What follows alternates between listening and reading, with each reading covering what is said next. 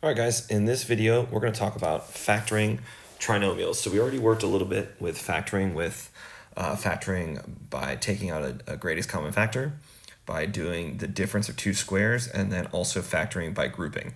We're going to actually do some factoring by grouping within this lesson, and we'll talk about when you need it, when you don't need it, things like that. So I'm hoping that after you do this, we're going to have tons and tons and tons of practice, because a lot of the stuff that we do in this class and going forward in your math classes are going to require a solid foundation with factoring. All right, so let's start with talking about what the leading coefficient is not 1. The first thing I just want to mention is something called standard form of a quadratic. So this is f of x equals ax squared plus bx plus c. All right, so you can see that this a in front of the squared term, we have the b that's in front of the x, or the linear piece, and then c is our constant.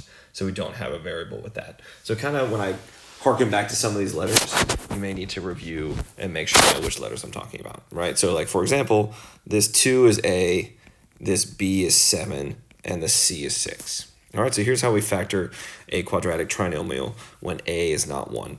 So the first thing I want to do is I'm going to make like a little x here, and I'm going to have a times c up here, and then I'll have b down here. So if I multiply a, which is 2, times c, which is 6, I get 12. And if I write down my letter b, that would be 7.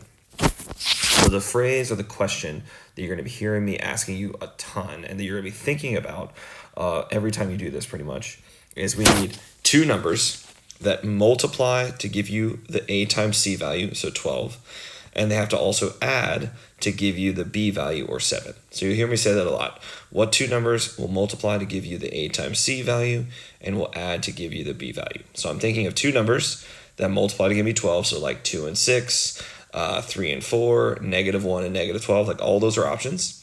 But the only one or only pair that I'm going to use have to add to 7. So I'm going to use 4 and I'm going to use 3. 4 times 3 is 12, and 4 plus 3 is 7. All right, so that's kind of the first step. Once you do that, you can rewrite this as 2x squared plus 4x plus 3x plus 6. So what you should notice is those two numbers that I picked, right, the 3 and the 4, I use those to break up this 7x into two separate terms, right? And I haven't changed anything because 4x plus 3x is still 7x, okay? So now we're going to do something that we did in the previous lesson and do factor by grouping. So when I look at 2x squared and 4x, I'm going to pull out a 2x. And when I pull that out, I'm left with x plus 2. With the 3x and the 6, I can only pull out a plus 3, which leaves x plus 2. Don't forget from that last lesson, right, I'm looking for these to be the same, all right, and they are. So I can take the 2x that I pulled out of the first group and the positive 3 that I pulled out of the second group. That makes a factor. And my other factor that they share, the x plus 2, that is going to be completing this. So this right here is the factored form of this binomial, right? And I'm going to show you, you don't have to do this to check, but you can, right? You can FOIL this. 2x times x is 2x squared. 2x times 2 is going to be 4x. 3 times x is 3x. And 3 times 2 is 6. So it shouldn't surprise you that we get 2x squared plus 7x plus 6. All right, so that's factoring. Let's look at the next one. Now, before I do this one, you should notice, looking at the a, the b, and the c, is that I can factor out a common factor that they all have. They all share a 3.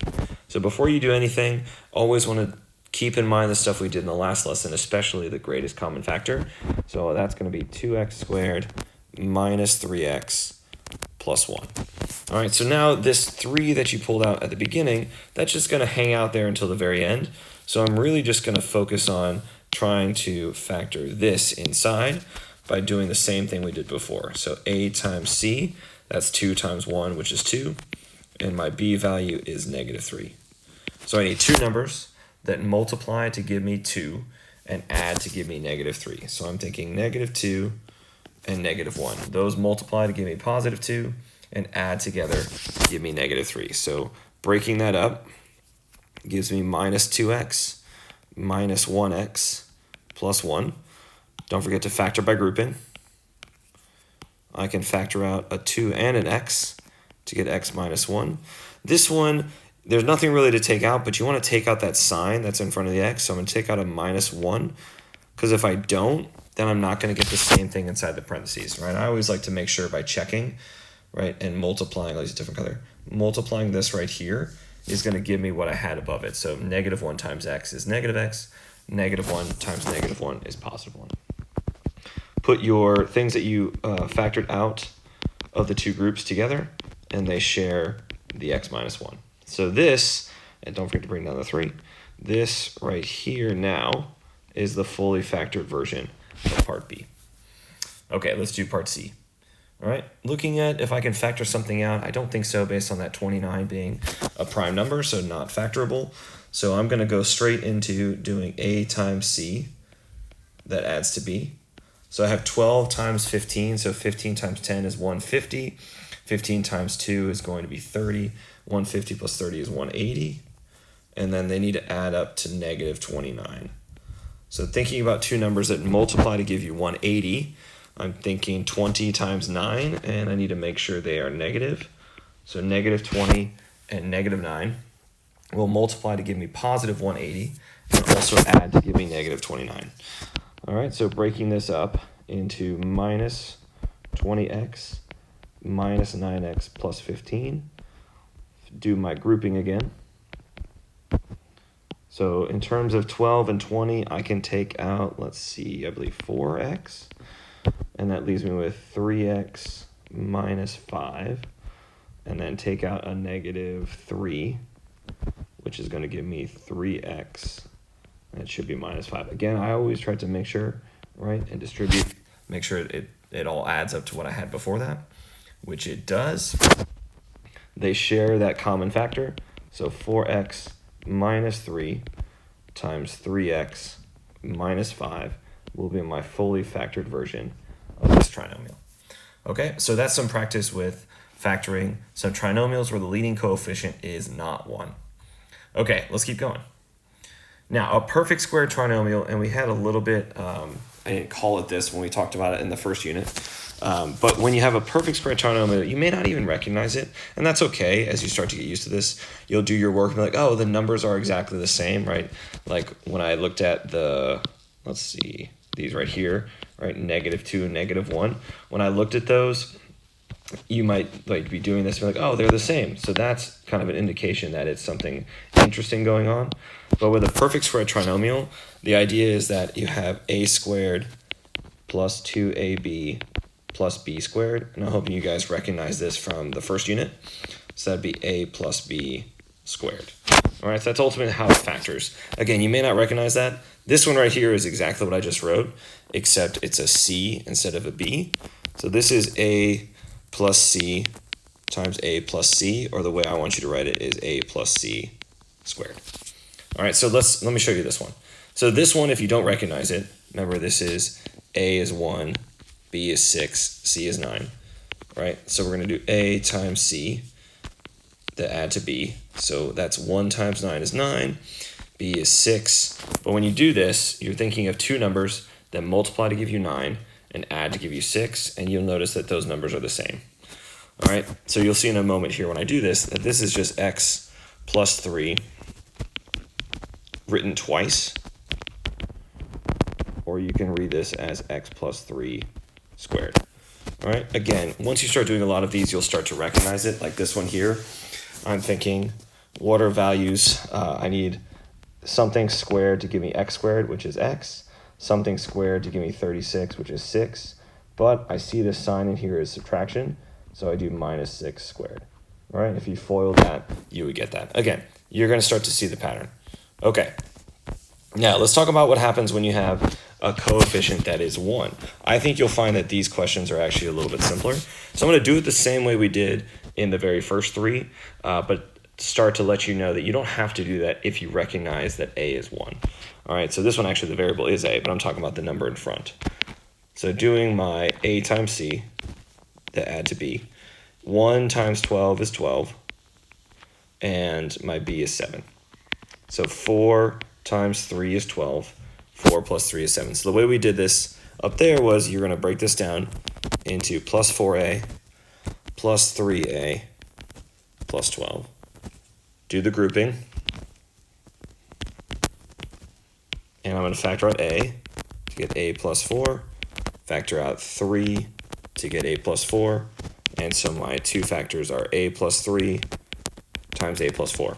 Now, most teachers and most students are not going to do this. So I'm giving you permission that if a is 1, what I mean by that is if there's a 1 in front of your squared term, once you find these numbers, you are free to just go directly to the answer, to write a plus 4 times a plus 3. All right, so I'll do that with the next example. All right, so do my a times c that adds to b. So that's negative 14 and negative 5. So I need two numbers that multiply to give me negative 14 and add to a negative 5. So I'm thinking negative 7 and 2 that multiplies to a negative 14 and adds to a negative 5. Again, because I notice there's a 1 in front of my squared term, I'm just going to write x minus 7 and x plus 2. All right, so I don't need to factor by grouping. I can just go straight to the answer. Okay, let's do this one here. So I have a times c is negative 12, and b is positive 1. So I'm thinking 4 and 3. Let's try 4 and negative 3. 4 times negative 3 is negative 12. 4 plus negative 3 is 1. So my answer for my factors are going to be x plus 4 times x minus 3. Okay, we're almost finished. 2 more to go. All right, so these last two, these are kind of some special cases I wanted to just touch on before you try the homework. All right, in this first one, you could, if you wanted to, you could take this x plus 1, right, it's being squared. You could expand that binomial. You could write x plus 1 twice and multiply it all out, and then distribute the 4 if you wanted to. But I thought, let's go ahead and just make this as like box equals x plus 1. So if I did box squared plus 4 times box plus 3, and I could try to factor this like we just did. So a times c and b, right? Again, there's a 1 here, all right? So that's my a, my b is 4, and my c is 3. So my a times c is 3, my b is 4. I need factors of 3 that add to 4. That's going to be 3 and 1. So I could write this as, because it's a 1 in front, like I just did, box plus 3 times box plus 1. Again, you can use any symbol you want. It doesn't really matter, right? You use star, arrow, whatever, okay? So this is my factor. These are my factors, but you'll notice I started this whole process by saying box is equal to x plus 1.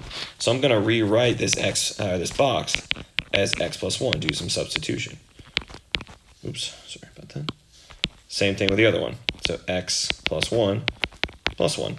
So my fully factored is going to be x plus 4 times x plus 2. All right, if you distributed this and you distributed all of this, you would get the same thing. Okay, let's do one more. Now this one's a little tricky, all right? You should, I'm hoping if I gave you x squared minus x minus 12, you'd be able to factor that just like we did, similar to C, almost exactly like C. But you should be able to factor it like that. So the way I do these when you have to the 4th power squared and then constant, is I treat it exactly the same.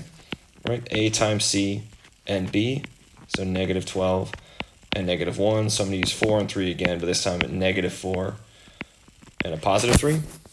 All right, so what I'm thinking is you should be able to write this as x minus 4 and x plus 3, but the thing that's different is that it's not up here, right? This is not it. We have an x to the 4th power, so I need to make this x squared as well as this one, because x squared times x squared will give you that x to the 4th power. And then if you FOIL the rest of this, you get the rest of this trinomial. All right, so again, something that you'll just start to see this more and more, so just be aware, if it does do that x to the 4th power, x squared, the constant, do it exactly the same, just have the x squared there instead of x. And then maybe not, maybe you notice this is the difference of two squares, which can be factored as x minus 2 and x plus 2. And then x squared plus 3 just comes down because this is the sum of two squares, which cannot be factored. All right, anyway, so that's it. That's a lot of factoring. We will be doing a ton of practice with this for the next couple of lessons. So please come see me if you have any questions. Good luck.